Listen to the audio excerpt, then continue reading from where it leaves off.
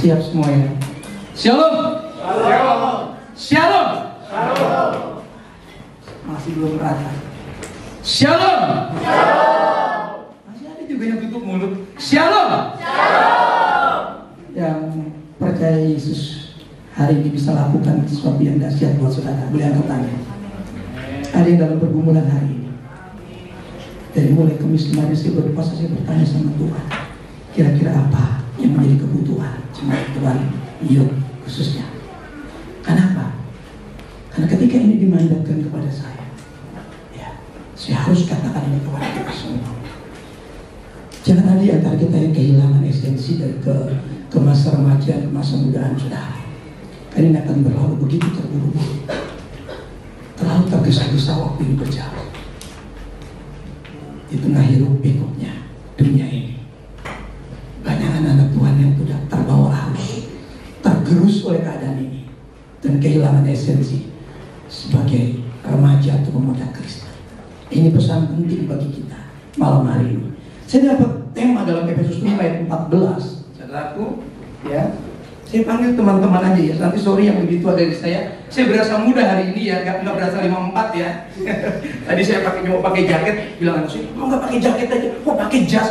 Kayak nggak pede tadi sudah. Nggak pede saya. Saya tidak terbiasa pakai jaket begitu ya. Kalau mau pakai jaket, tapi saya pikir juga seharusnya ya juga sih. Saya harus masuk gitu ya. Udah saya siapin, tapi udah pakai jas aja lah, nggak apa-apa ya. Matching nggak masalah, yang penting lawatan Tuhan terjadi malam hari ini. Oke, Efesus 5 ayat 14. Perhatikan di sini.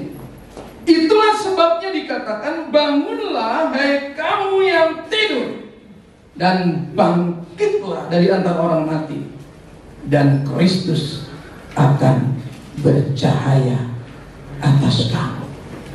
Dalam bulan-bulan terakhir sepanjang saya berdoa dan berpuasa, saudara, roh saya menangis. Saya melihat pasca Covid kemarin, rontok hampir gereja Tuhan. Sulit untuk bangkit. Bukan cuma dunia usaha yang sulit bangkit pasca Covid. Saya lihat mentalitas Kristen, khususnya anak-anak muda. Saya rindu api yang dilemparkan itu sudah bisa menyala saat ini. Dan saya berharap itu akan terus menyala.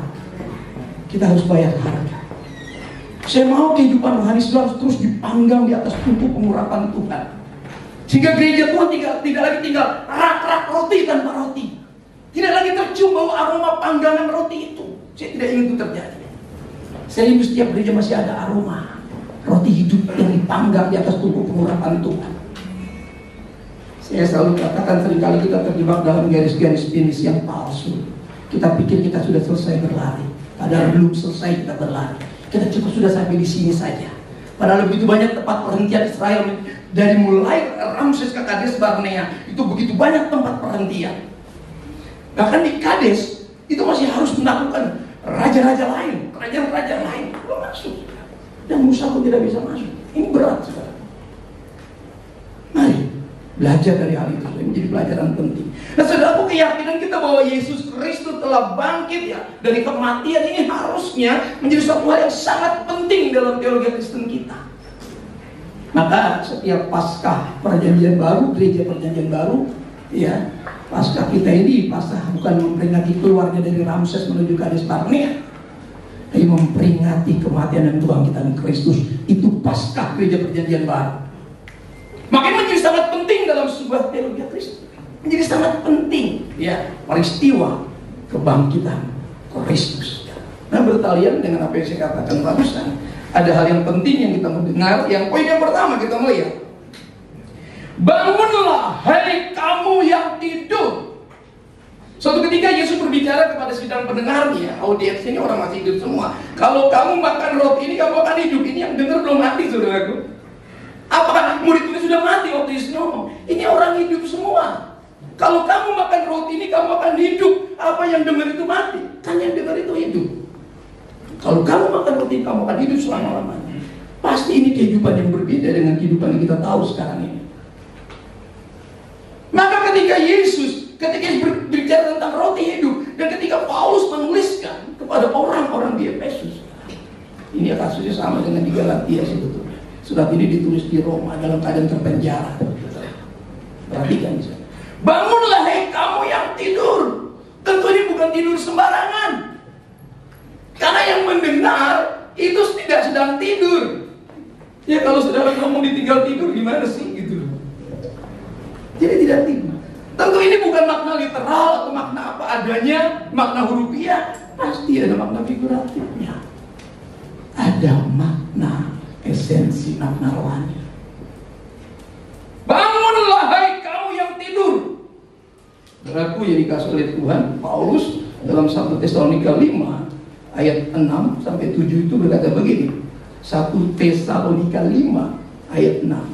Sebab itu baiklah jangan kita tidur seperti orang-orang lain, tetapi berjaga-jaga dan sadar. Ayat 7-nya. Sebab mereka yang tidur waktu malam, dan mereka yang mabuk waktu malam. Judul dari Efesus 5 ini itu anak-anak perang diberikan lembaga Alkitab Indonesia.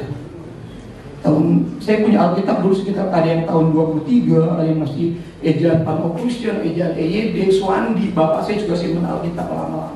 Alkitab dulu tuh lurus saja, nggak ada pasal, nggak ada ayat, nggak ada perikop. Tapi lembaga Alkitab kemudian mempermudah, membantu gereja perjanjian baru untuk baca, ada judul-judulnya. Dulu lurus saja, saudara, lurus saja. Kita agak sulit kalau mau tarik perikopnya di mana. Nah di sini saudaraku kita melihat bahwa kata tidur, ya bangun dan tidur ini dikaitkan dengan malam dan mabuk. Tentu ini bukan perkara sembarangan. Makanya saya katakan tadi kan, ini kan bukan tidur sembarangan, bukan bangun sembarangan. Tentu ada pesan-pesan figuratif dari firman Allah, bukan literal semata, bukan makna apa adanya, makna hurufiah. Tidur ini kalau kita mau coba teman-teman cek ya, orang tidur kira-kira tahu nggak sesuatu? Orang tidur itu tidak tahu apa-apa. Boleh cek, kalau boleh tes satu-satu, seberapa jauh pengetahuan saudara tentang keselamatan. Kalau mau diinvestigasi, dicek satu-satu, saya percaya banyak yang nggak lolos. Ada yang cuma ikut-ikutan ke gereja, ada yang cuma ngerame-ngeramein kayak gitu. Ada cuma daripada di rumah, ada daripada mancing, ada daripada ke bengkel, daripada di kafe, 2 jam di gereja saja. Begitu dicek, nggak tahu apa-apa, dia tidur saudara. Tidur tuh nggak tahu apa-apa, sama seperti orang mabuk. Nah, maka dikatakan tuh jadi tidur dengan bangun, mabuk dengan sadar. Ya, Paulus membuat keadaan seperti itu, membuat kita perbandingan seperti itu. Maka di sini menjadi penting bagi kita ketika firman Allah berkata, bangunlah hai kamu yang tidur, ya. Bagaimana reaksi kita? Ya. Tidur ini ada 2 hal ya. Bisa bangun sendiri, bisa dibangun. Mama nanti bangunin ya, jam 6 saya berangkat soalnya jam 7. Itu dia gak bisa bangun. Alarm sudah dihidupkan, dia tetap aja gak bisa bangun dia. Karena HP itu gak bisa tepak-tepak muka dia. Iya apa enggak? Tapi ada orang yang terbiasa bangun ya, gak usah dibangunin lagi. Ya gak usah, Roh Kudus bangunin, dia pasti bangun. Itu orang sadar. Tapi kalau di zaman akhir ya, sudah semakin dekat ini, masih begitu, saya rasa kita ngeri saudara. Kita nggak masuk kualifikasi, ya berat kualifikasinya. Ya, surga kita tuh nggak sesimpel yang kita bayangkan. Ya, dulu awal-awal tahun 96 saya mulai masuk pelayanan saudara. Ya, karir pelayanan saya itu di pedalaman tahun 96. Saya mulai terbuka itu melihat jiwa-jiwa itu. Dari 96 sampai 2004 saya di pedalaman kalau. Ya. Kalau dari mulai Molok sampai Merayap, sampai Tutung saya pernah masuk, tambang emas. Tutung. Ya. Ya. Jadi saya lihat bagaimana memang jiwa-jiwa itu membutuhkan. Dari sana nggak dicari orang pintar, tapi orang mau. Ya. Dari situlah hati saya mulai tersentuh bagaimana menjadi seorang hamba Tuhan yang militan, yang memberitakan kebenaran. Harus saya sendiri mengalami bagaimana kuasa pemulihan itu terjadi. Saya nggak akan bisa mengubahkan siapapun, saya nggak bisa mengubahkan istri, anak-anak saya, ya, nggak bisa. Harus saya sendiri yang berubah terlebih dahulu. Bagaimana saya bangun dan sadar ya, saya tidak mabuk. Yang membuat kita tertidur hari ini, kalau gawai di tangan saudara itu bisa membuat saudara, ya media yang ada yang saudara pegang itu bisa membuat saudara tertidur dan mabuk. Kadang ada orang yang mabuk pekerjaan, bukan mabuk anggur, bukan mabuk moke, cap tikus, bukan. Mereka mabuk pekerjaan, mereka lupa bahwa mereka didesain bukan untuk dunia. Kalau saudara hari ini gelisah, itu memang saudara udah nggak betah di sini, karena manusia baru saudara tidak ideal tinggal di sini, tinggalnya di sana di langit bumi baru, di Yerusalem baru. Kenapa saudara mengeluh? Ya karena memang nggak cocok. Manusia baru kita tuh bukan tempatnya di sini, tapi karena di project Tuhan untuk menjadi terang dan garam, kamu boleh buat. Suka tidak suka, saudara masih ada di sini. Jadi jangan minta mati. Nggak perlu minta doain supaya mati, nggak perlu. Pasti mati kita kalau Tuhan berkenan. Tapi persoalan buat saya bukan masalah bagaimana caranya kita akan mati, tapi bagaimana caranya kita hidup hari-hari belakang itu menjadi persoalan penting. Kalau mati mah ada, saya punya teman, hamba Tuhan ganteng, istrinya cantik, anak-anaknya cakep waktu itu. Sudah tahu matinya bagaimana? Pelayanan sedih. Matinya dilindes, truk di Narogong, hancur kepalanya. Siapa yang salah? Tuhan yang salah. Itu cuma cara saya kasih tahu. Baik orang mati dengan darah yang dicampur dengan darah binatang, atau orang yang ketiban menara di Siloam ketika kalau nggak bertobat sama kasusnya. Kita pikir yang kena insiden itu pasti lebih parah dosanya. Tidak, jadi kita tahu. Kalau kita tidak bertobat, sama saudaraku. Ini penting harus kita perhatikan. Jadi orang yang tidur waktu malam. Orang yang mabuk waktu malam. Saya nggak tahu tingkat kemabukan saudara hari ini.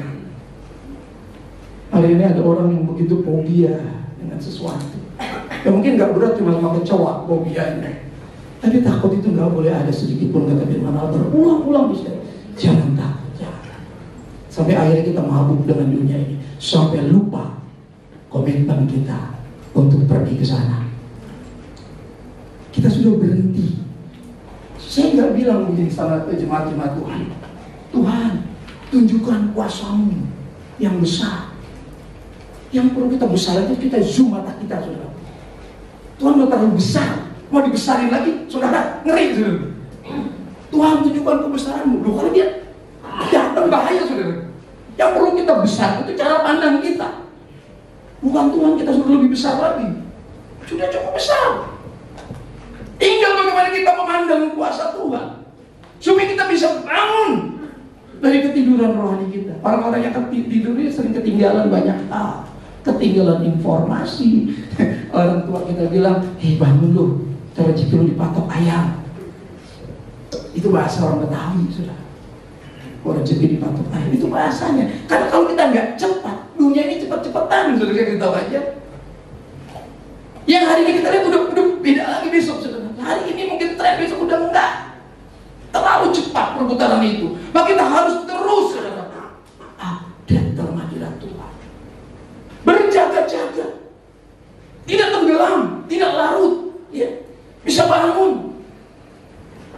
Ya mungkin kadang-kadang kita harus dibangunkan juga sama pendeta lewat khotbah atau lewat teman di pekerjaan, di kampus atau di mana. Kita perlunya itu harus diakui, ya. Jadi bangun dari tidur ini penting, ya. Roma 13 ayat 11. Saya cepat saja karena banyak acara yang sudah dikasih durasi untuk saya. Bagaimana menjadi anak-anak siang, anak-anak terang, bukan anak-anak kegelapan yang mabuk, yang selalu tidur. Saya ulang sekali lagi, ini bukan makna sebenarnya, ini makna figuratif lagi. Kalau gitu kita nggak usah tidur dong. Kita melekan terus berbagai. Bukan begitu cara menafsirnya. Bukan begitu, ya. Ayat 11 Roma 13. Ya, hal ini harus kamu lakukan karena kamu mengetahui keadaan waktu sekarang, yaitu bahwa saatnya telah tiba bagi kamu untuk bangun dari tidur, sebab sekarang keselamatan sudah lebih dekat bagi kita daripada waktu kita menjadi percaya. Saya nggak tahu besok kita masih ada atau enggak. Saya tuh bilang sama beberapa orang begitu. Ada orang yang kemarin ketemu, besok udah gak ada dia, Pak Yanto. Baru ketemu kemarin udah gak ada. Terlalu cepat Kata pemazmur, seperti giliran jaga malam, baru sip 1 dan sip 2. Kemarin masih ada ketemu kita, besok udah ada. Bayangin. Seperti giliran jaga malam, waktunya terburu-buru. Itu mengingatkan kita semua hari-hari belakangan ini. Di mana posisi saudara dan saya sebagai orang muda? Tuhan taruh mandat yang besar dalam diri saudara. Saudara tidak hidup untuk diri saudara sendiri, saya tidak hidup untuk diri saya sendiri. Kita hidup bagi Kristus. Kita punya proyeksi yang jelas, kita punya segmentasi yang jelas dalam kehidupan beriman kita. Saudara bisa berhasil di semua tantangan kehidupan yang ada, di semua lini keadaan kehidupan ini. Saudara bisa sukses. Saya kasih tahu saya, kalau Tuhan mau angkat saudara nggak terlalu sulit. Tapi persoalannya mentalitas. Ya, orang selalu berdoa, saya doakan supaya jadi kepala. Mentalnya bukan didoakan. Tuhan genapi dia jadi kepala, tapi dia gak pernah punya mental jadi kepala. Gak jadi contoh, gak jadi teladan. Tuhan gak salah, Tuhan sudah berkati, Tuhan angkat dia. Saya ingatkan kita semua orang muda, engkau bisa menempati tempat-tempat strategis, kata firman Allah. Tuhan akan bawa engkau naik dan bukan turun. Tapi harus kita minta mentalitas sebagai anak-anak terang, supaya pada akhirnya Tuhan Yesus beroleh kemuliaan dalam kehidupan kita. Jadi ini juga bergantung kepada kesadaran kita. Hal ini harus kamu lakukan karena kamu mengetahui keadaan waktu sekarang, yaitu bahwa saatnya telah tiba bagi kamu untuk bangun dari tidur. Jadi waktunya kapan? Sekarang. Jikalau kau mendengar firman-Nya pada hari ini, jangan keraskan hatimu seperti pada hari perhentian. Berapa banyak sekali ngambek sama Tuhan dimusnahkan tuh enggak, kira-kira bukan 10 orang setiap ngambek sama Musa. Puluhan ribu yang ditelan bumi, yang disambar petir, yang makan burung puyuh sampai keluar dari hidung karena roh rakus, kata firman Allah. Itu matinya enggak 10-20. Saya bersyukur punya Tuhan sekarang yang enggak gampang marah. Tuhan Yesus kita tuh enggak gampang emosi kayak Tuhan di zaman PL. Saya bersyukur, tapi ini juga harus jadi peringatan bagi kita. Jangan karena Tuhannya lembek lalu kita enteng-entengin Tuhan. Saya mau kasih tahu saja, dengar baik-baik, ya, dengar baik-baik firman Tuhan. Segala sesuatu harus diperhatikan. Orang-orang yang sadar, orang-orang yang tahu statusnya saat ini, orang yang sadar status keselamatannya hari ini. Kenapa? Karena sekarang keselamatan sudah lebih dekat ketimbang waktu kita percaya. Tahun berapa saudara dibaptis? Sekarang sudah tahun 2025. Ya kalau sampai 70-80 kata masuk. Lu kalau nggak sampai gimana? Ya. Ternyata kalau kita ke TPU Pondok Rangging itu banyak tetangga tahun-tahun muda semua, saudara, terus kasih tahu aja. Saya iseng ya, kalau saya suka pemakaman, saya suka saya lihat itu tahun berapa dia hidup, tahun berapa dia mati. Terlalu pendek. Memang kalau waktu tidak dipercepat, banyak yang binasa gitu kata firman Allah. Kalau waktunya nggak dipersingkat, banyak yang selesai, wassalam. Nggak ketemu Yesus lagi. Kita bersyukur. Maka saya katakan persoalannya bukan pada bagaimana kita mati, tapi bagaimana kita hidup hari ini sebagai anak terang. Apa kita dalam keadaan siuman, sadar dan berjaga-jaga karena mengingat waktunya. Perhatikan, untuk bangun sebaiknya nggak perlu dibangunin. Ya jangan tunggu dibangunin Tuhan. Ya, lebih baik kita bangun segera. Song-song berkat Tuhan. Ya, song-song perkenanan Tuhan. Saudara, berkat itu bukan materi keuangan kebendaan yang habis untuk sebuah pemakaian. Saya mau kasih tahu konflik yang terjadi antara Yakub dengan Esau itu apa yang diperbutkan. Lawang Yakub pergi cuma bawa sebuntel sama tongkat. Apa yang dikejar-kejar Esau? Kira-kira apa yang diperoleh Yakub dari Ishak? Sampai terjadi begitu konflik yang begitu mengerikan antara Esau dengan Yakub. Berkat apa? Pertenanan yang dipersoalkan mereka. Karena ketika Esau datang meraung-raung, Bapak berikan berkat padaku, tinggal tanah-tanah tandus anakku.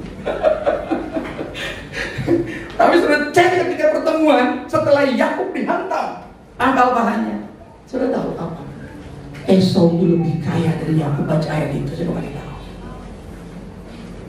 Walaupun Esau tidak ditumpangkan tangan sama bapaknya, dipangkal pahanya, memegang pangkal paha ayah, itu sumber berkat. Tapi Esau ternyata secara materi lebih kaya. Ketika Yakub mempersembahkan, adikku tidak usah, kakanda punya banyak. Wow, dia lebih kaya daripada Yakub. Jadi kalau untuk kaya begitu nggak perlu perkenanan Tuhan channelnya. Kenapa? Karena begini Esau saja yang tidak dapat tumpangkan atau diberkati kaya raya. Tapi kita sudah masuk pada esensi berkat, yaitu perkenanan. Maka dia bilang kalau saudara mau dibuat sukses 10 tahun ke depan, pegang perkataan saya. Saudara akan jadi apa 10 tahun ke depan? Berapa pemuda di tempat kami saya katakan, waktu kepenuhan Roh Kudus tahun berapa itu? Saya rindu apa yang terjadi di Asusasti terjadi. Kami puasa 10 hari untuk doa kepenuhan Roh Kudus. Saya bilang sama mereka, itu plastik sekitar 11 tahun yang lalu. Lihat apa yang saya ucapkan ini, dengar apa yang saya ucapkan ini. Ya. Kamu akan jadi apa 10 tahun? Saya mulai berdoa saat itu. Dan mereka merasakan sendiri saudara. Dan hamba Tuhan gak cuma berkata, tapi menggumuli, mengerami seperti itu yang dialami sampai betul-betul menetas menjadi sebuah pengharapan. Yang kedua, jadi rohani yang tidur perlu dibangunkan, perlu disadarkan. Oke? Bangkitlah dari antara orang mati. Kira-kira kalau ini bisa nggak bangun sendiri? Ya kalau mati suri itu mungkin bisa. Maka kalau di RS ya di RS dimanapun harus tunggu, nggak boleh langsung dibawa pulang. Tunggu, takutnya dia mati suri. Belum mati betul-betul, ya kan? Saya sering ngurus itu kan pas orang meninggal kan, tunggu dulu ya sampai prosesnya betul-betul selesai. Oke? Jadi bangkit dari antara orang mati ini perlu sentuhan tangan Tuhan Sang Maestro kehidupan ini. Saudara dan saya tidak bisa bangkit dari antara orang mati. Tentu ini bukan mati sembarangan. Ini juga mencakup kematian rohani anak-anak muda. Beberapa perasaan telah menjadi tumpul terhadap kebenaran firman Allah. Orang menjadi terbiasa dengan sebuah penampakan dari firman Allah. Orang menjadi terbiasa untuk sebuah sindiran. Cuma firman Allah kok. Itu biasa. Tak apa-apa kok. Lalu kita mulai terbiasa menolak setiap teguran. Maka ketika Tuhan berbicara, engkau tidak merespon. Yesus katakan apa? Barang siapa bertelinga, berulang-ulang ayat itu kan, bertelinga. Dan Yesus katakan barang siapa yang kepada yang mempunyai, ya, daripada akan ditambahkan, kepada yang tidak punya daripadanya akan diambil. Sudah tidak punya diambil, yang punya malah ditambah. Keputusan saudara untuk tidak mau mendengarkan instruksi Tuhan membuat Tuhan tidak akan berbicara lagi kepada saudara. Dan apa yang ada di memori saudara diambil. Firman sudah pernah dengar, diambil. Ketika saudara mengalami masalah, firman tidak ada satupun yang akan menolong saudara. Itu kata-kata Yesus. Barang siapa yang mempunyai akan ditambah, yang tidak mempunyai malah diambil.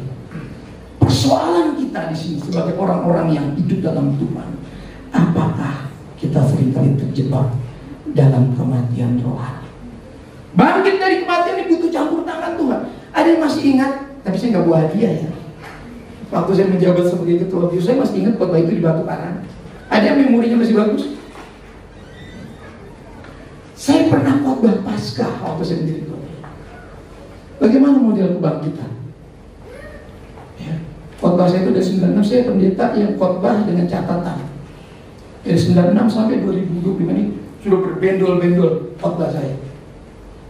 Karena saya kumpulkan tanggalnya ada, semua ada tanggal. Di mana saya berkhotbah, di mana saja pasti ada tanggal. Dan saya pernah khotbah di Batu Karang. Saya coba mereview aja ya, karena udah pernah saya sampaikan, saya mau sampaikan itu kan mereview ya. Jadi pernah saya ngomong itu, kira-kira model seperti apa kebangkitan dari orang. Ada yang ingat? Angkat tangan. Tapi saya nggak bawa hadiah hari ini, nggak kasih sepeda buat saudara. Biasa kasih sepeda. Ada yang tahu? Kematian rohani itu perlu lawatan Tuhan. Itu perlu sentuhan langsung tangan Tuhan. Waktu Yesus masuk ke sebuah kota yang bernama Nain, ada seorang muda yang mati muda. Lalu Yesus datang menghampiri. Yesus melawat, menghampiri. Lalu Yesus menyentuh keranda itu, baca itu. Lalu bangunlah orang muda itu. Jadi Yesus menghampiri usungan itu dan menyentuh keranda itu, maka bangunlah pemuda Nain itu. Berarti kebangkitan perlu sentuhan, perlu lawatan Tuhan. Revival tidak akan terjadi sepanjang kita tidak pernah dihampiri dan dilawat oleh Tuhan. Apalagi di zaman nggak ada revival, cuma retorika. Revival kebangunan rohani, bangun dari tidur, itu hanya terjadi karena kesadaran daripada Tuhan yang diberikan dalam diri manusia. Yang kedua, itu dikatakan sempat saya ingat Mas tentang kebangkitan Lazarus. Lazarus bukan cuma diinstruksikan, "Hei Lazarus, keluar!" Tapi dia masih dalam keadaan terikat. Perlu pelayanan orang lain, suruh dibuka, buka ikatannya. Saya sering melihat anak-anak tuh masih suka mengikatkan diri dengan hal yang jahat. Ya. Beberapa waktu lalu saya pernah melayani seorang hamba Tuhan, ya, waktu masih di Kaltim itu. Seorang hamba Tuhan 14 tahun melayani, ada roh jahat di dalam. Saya pernah melayani sebuah gereja, dari mulai gembala sampai pengajar itu kerasukan. Masih suka mengikatkan diri dengan kepahitan, luka hati, kebencian. Dia lahir cacat, dia kecewa sama mamanya. Dan ketika jadi hamba Tuhan, dia nggak sadar, dia berkorban. Tapi ketika kita berdoa, roh itu nggak bisa bersembunyi dari pengurapan Allah. Roh Kudus lucuti yang kita layan. Roh Kudus lepaskan, Roh Kudus bebaskan. Dan benjolan-benjolan di tubuhnya begitu banyak sampai di payudaranya itu lenyap. Karena orang di sana itu punya kebiasaan, punya saudara kembar, kalau nggak ular itu buaya. Dan dia kalau sedang umat itu sisik, mulut itu bersisik dan pecah seperti ular sanca. Itu baunya enak. Jadi saya mau lihat. Maka saya mau kasih tahu saudara, kita perlu kebangkitan, kita perlu dibebaskan seperti Lazarus. Walaupun sudah dibangkitkan oleh Yesus, tapi dilepaskan. Apakah Yesus yang melepaskan? Tidak. Orang-orang yang diberitakan Yesus, lepaskan ikatan-ikatannya, tali-tali pocongnya itu, lepas. Maka orang muda itu kemudian keluar sebagai seorang yang dibangkitkan Tuhan. Ini pesan penting. Ini pesan dari Tuhan hari ini. Apakah saudara masih membiarkan diri saudara dan saya membiarkan diri diikat? Mungkin tidak hal-hal yang jahat sepertinya, tapi sebuah kebiasaan yang kita bangun. Karakter itu kan kumpulan kebiasaan. Karakter buruk itu kumpulan kebiasaan-kebiasaan buruk. Karakter baik, karakter suci itu kumpulan kebiasaan-kebiasaan suci. Kebiasaan-kebiasaan baik. Tinggal saudara membiasakan. Kita sering ngomong karakter, karis dan aktor. Karakter kan? Padahal ada sesuatu dalam karisma itu yang bermain. Ada aktor. Itu karakter. Kita nggak bisa jadi pura-pura baik. Karena roh kebenaran itu karakter, karis dan aktor. Ya, ada karismata, tapi ada aktor yang bermain di belakang kita. Yang menggerakkan kita itu Roh Kudus. Kita nggak bisa berkarakter baik sendiri, semua kali tahu. No, tidak mungkin. Itu palsu. Itu paling tahan 2-3 tahun. Pura-pura baik, pura-pura suci, pura-pura nggak berdosa. Ya, kita nggak bisa sembunyi di balik jubah ini, saudaraku. Pakai putih-putih di sini nggak bisa. Atau pakai jubah panjang seperti hakim, nggak bisa. Kita harus jujur dengan diri kita. Saya seringkali merasa berat ketika menjadi hamba Tuhan. Ya, kenapa? Karena tidak mudah. Tapi kita bisa bersama dengan Roh Kudus. Ya, teman-teman juga nggak akan menyerah sebetulnya kalau teman-teman ngerti ada Roh Kudus. Dia parakletos, dia pendamping keluarga, pendamping pribadi. Itu parakletos. Saya suka dengan Roh Kudus. Iya. Baik. Jadi dosa ini mematikan dia. Dikatakan apa? Karena rumah dosa itu mau, dosa itu pasti mematikan karakter. Ya, mematikan pertumbuhan sehingga kita tidak bisa berbuah seperti Yohanes 15. Kita tidak bisa berbuah lepas dari pokok itu, kita rantingnya harus terus menyatu. Dosa ini membuat kita tidak berbuah. Dosa membuat kita tidak berbuah. Ya. Efesus 5 ayat 8, memang dahulu kamu adalah kegelapan, tetapi sekarang kamu adalah terang di dalam Tuhan. Ya. Ayat 9-nya, karena terang hanya berbuahkan. Perhatikan. Jadi omong kosong kalau bilang kita bisa berbuah. Kalau kita masih ada praktek dalam hidup kita, kehidupan yang tidak berkenan. Karena terang hanya berbuahkan kebaikan, keadilan, kebenaran. Kalau kita tinggal sebagai anak-anak terang sesuai dengan konteks Efesus pasal 5 ini, kita masih berbuah. Tapi kalau tidak, kita masih hidup dalam dosa, itu akan mematikan pertumbuhan. Dosa itu akan mematikan karakter. Dosa itu akan mematikan kita untuk tidak bisa berbuah lagi. Tuhan kasih kesempatan dipupuk, semoga tahun depan masih bisa berbuah, dicampur, kasih pupuk kata Yesus ya, lihat perumpamaan itu supaya tahun depan siapa tahu masih berbuah. Tuhan selalu kasih kesempatan untuk berbuah. Tapi kalau enggak selesai.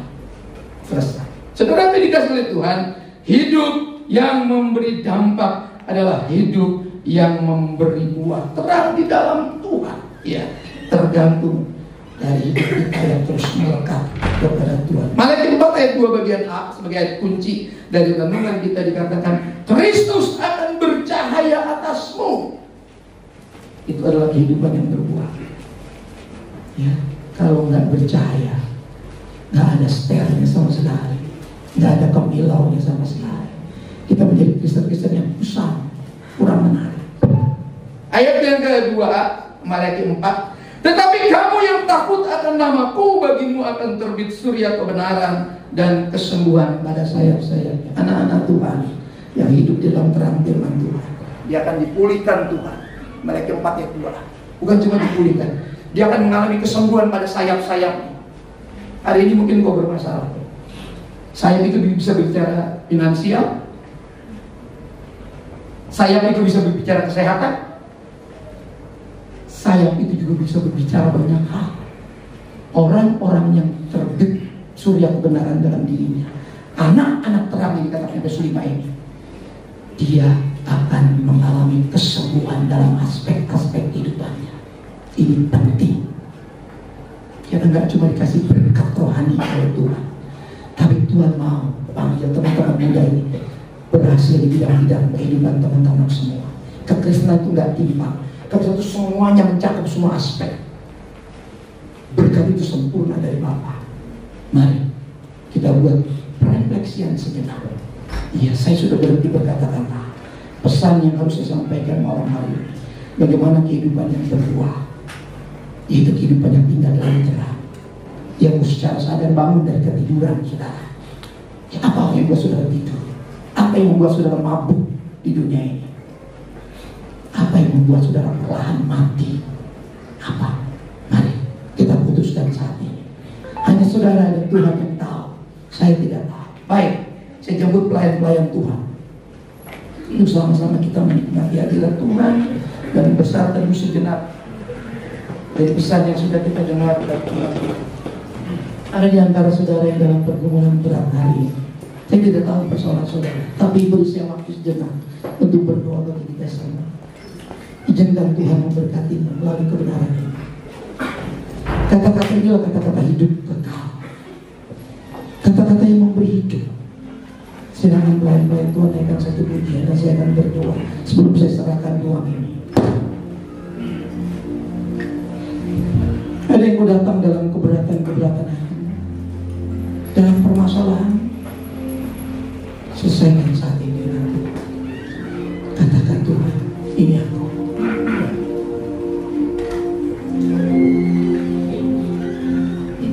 Biarkan dia terus berbicara. Ketika kau memutuskan untuk tidak mau mendengar, dia akan betul-betul berhenti berbicara.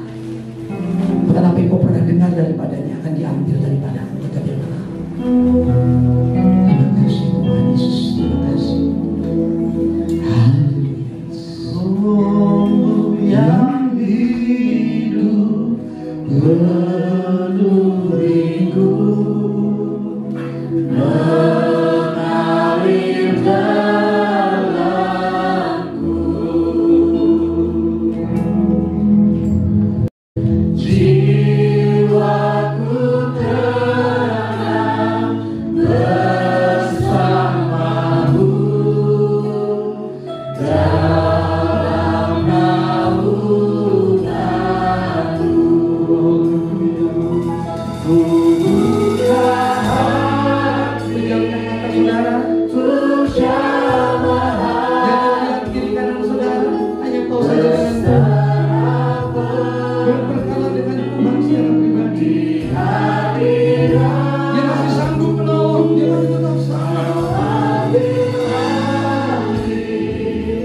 seluruh hidupku di altarmu menyembah.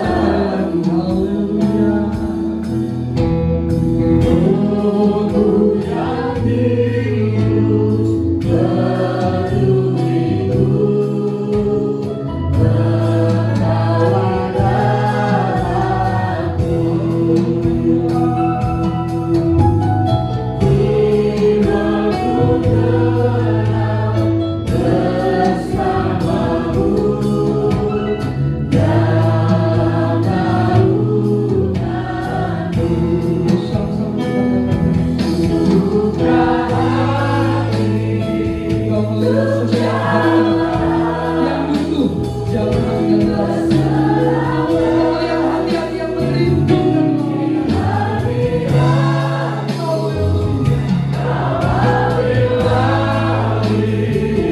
seluruh hidupku di altarmu menyembahmu di altarmu di altarmu